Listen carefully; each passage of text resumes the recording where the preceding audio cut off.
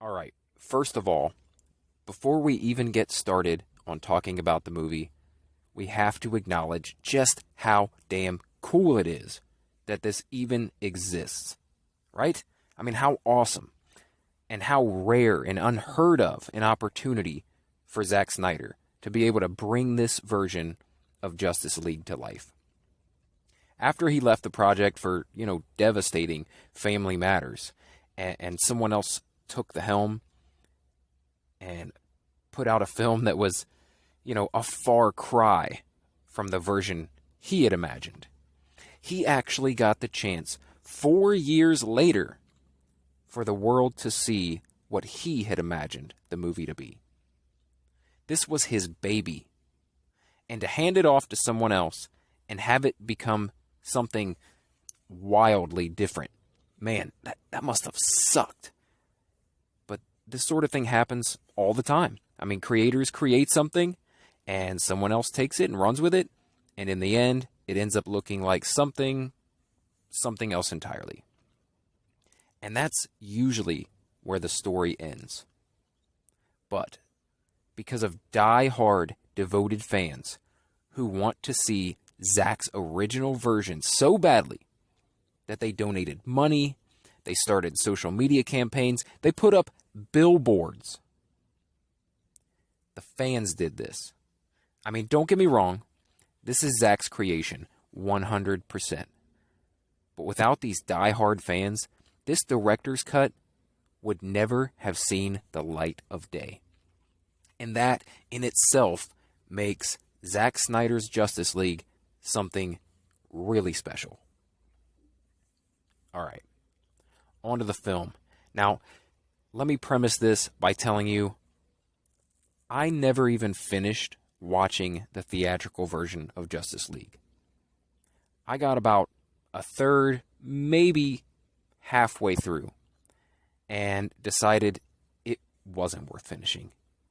I just didn't like that there wasn't much character setup, for the new characters. And because, it was hard for me to give a shit about them in this universe. I mean, don't get me wrong. I know the characters. But I wanted to see more setup and background before having them join a team to save the world. All right, so overall, I thought the Snyder Cut was fantastic.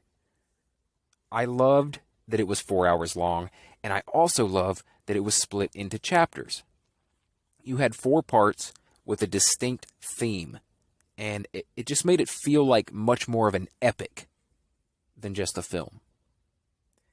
I really enjoyed that Snyder's version spent a lot more time developing characters and world building. Like, I cared way more about, what happens next after watching this thing. Honestly, this movie made me appreciate the previous films more, more than I initially had.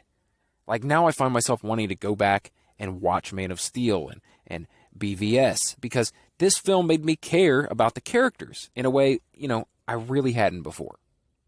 With the exception of Wonder Woman, I didn't love either of the other 2 films. I didn't hate them like a lot of people. I thought they were fine, but I feel like now I can appreciate them even more. Now, this should speak to how much I enjoyed this film. I started watching it as soon as it released, which, as you know, was the middle of the damn night.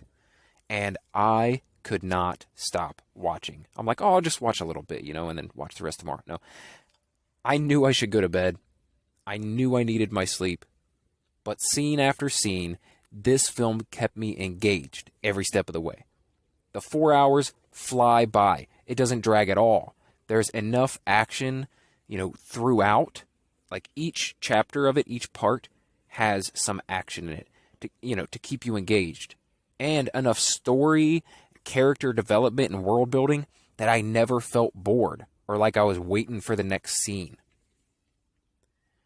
I so wish that we could erase the other Justice League film and just have this be canon. I would be so much more excited for the rest of the Warner Brothers DC films if this is what they were building from. Like, I don't even know how you would do that, especially at this point with other films already in development. But I feel like they could make it happen. You know, it's kind of like when they did the latest Terminator movie. You know, they didn't acknowledge the previous 3 films.